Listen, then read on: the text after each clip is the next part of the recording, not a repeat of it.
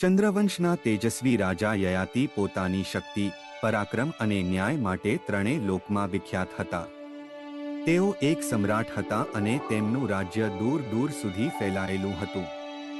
રાજા યયાતિને દેવયાની અને શર્મિષ્ઠા નામની બે સુંદર રાણીઓ હતી. દેવયાની ગુરુ શુક્રાચાર્યની પુત્રી હતી, જેમની સાથે યયાતિએ પ્રેમ વિવાહ કર્યા હતા. જ્યારે શર્મિષ્ઠા રાક્ષસ રાજા વૃષપર્વાની પુત્રી હતી, જે એક પરિસ્થિતિને કારણે દેવયાનીની દાસી બનીને યયાતિના મહેલમાં રહેતી હતી. એક દિવસ યયાતિ અને દેવયાની વનમાં વિહાર કરી રહ્યા હતા, ત્યારે દેવયાની એક કૂવામાં પડી ગઈ. યયાતિએ તેને બચાવી. આ ઘટના પછી દેવયાની યયાતિ પર મોહિત થઈ ગઈ અને શુક્રાચાર્યએ તેમની સાથે યયાતિના લગ્ન કરાવ્યા. પરંતુ શુક્રાચાર્યએ યયાતિને શર્મિષ્ઠા સાથે કોઈ પણ સંબંધ ન રાખવાની શરત મૂકી. સમય વીતતો ગયો અને યયાતિ અને દેવયાનીને યદુ અને તુર્વસુ નામના બે પુત્રો થયા. પરંતુ એક દિવસ યયાતિ અને શર્મિષ્ઠા એકાંતમાં મળ્યા અને તેમના વચ્ચે પ્રેમ સંબંધ બંધાયો. આ સંબંધથી તેમને દ્રુહ્યુ, અનુ અને પુરુ નામના 3 પુત્રો થયા. જ્યારે દેવયાનીને આ વાતની ખબર પડી ત્યારે તે ખૂબ ક્રોધિત થઈ અને પોતાના પિતા શુક્રાચાર્યને આ વિશે જણાવ્યું. શુક્રાચાર્ય પોતાના જમાઈના આવા વર્તનથી અત્યંત ક્રોધિત થયા અને તેમણે યયાતિને અકાળે વૃદ્ધ થવાનો શાપ આપ્યો.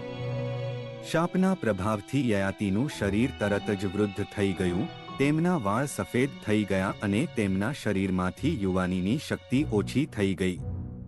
યયાતિને પોતાની ભૂલનો અહેસાસ થયો અને તેમણે શુક્રાચાર્ય પાસે માફી માંગી.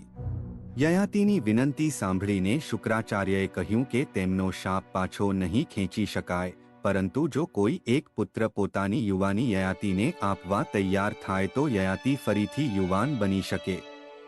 યયાતિએ પોતાના બધા પુત્રો પાસે વારાફરતી તેમની યુવાની માંગી, પરંતુ યદુ અને તુર્વસુ સહિત કોઈ પુત્ર તૈયાર ન થયો. અંતે તેમના સૌથી નાના પુત્ર પુરુએ પોતાના પિતાની ઈચ્છા પૂરી કરવા માટે પોતાની યુવાની તેમને આપી દીધી. પુરુની યુવાની લઈને યયાતિ ફરીથી યુવાન બની ગયા અને ઘણા વર્ષો સુધી વિષયાસક્ત જીવન જીવ્યા. તેમણે તમામ ભોગવિલાસનો અનુભવ કર્યો, પરંતુ અંતે તેમને સમજાયું કે વિષયાસક્તિમાં સાચો આનંદ નથી. સાચો આનંદ તો આત્મસંયમ અને ત્યાગમાં છે. જ્યારે યયાતિને વૈરાગ્યનો અનુભવ થયો ત્યારે તેમણે પોતાના પુત્ર પુરુને તેની યુવાની પાછી આપી દીધી અને પોતે વનમાં જઈને તપસ્યા કરવા લાગ્યા. અંતે યયાતિએ પોતાના કર્મોનું પ્રાયશ્ચિત કર્યું અને મોક્ષ પ્રાપ્ત કર્યો. આ વાર્તા આપણને શીખવે છે કે અતિશય ભોગવિલાસ અને અહંકારનું પરિણામ હંમેશા દુઃખદાયક હોય છે. સાચો આનંદ ત્યાગ, સંયમ અને ધર્મમાં છે. આ કથા આપણને એ પણ શીખવે છે કે માતા પિતાનું ઋણ પુત્રોએ કેવી રીતે ચૂકવવું જોઈએ અને વચનનું પાલન કેટલું મહત્વપૂર્ણ છે.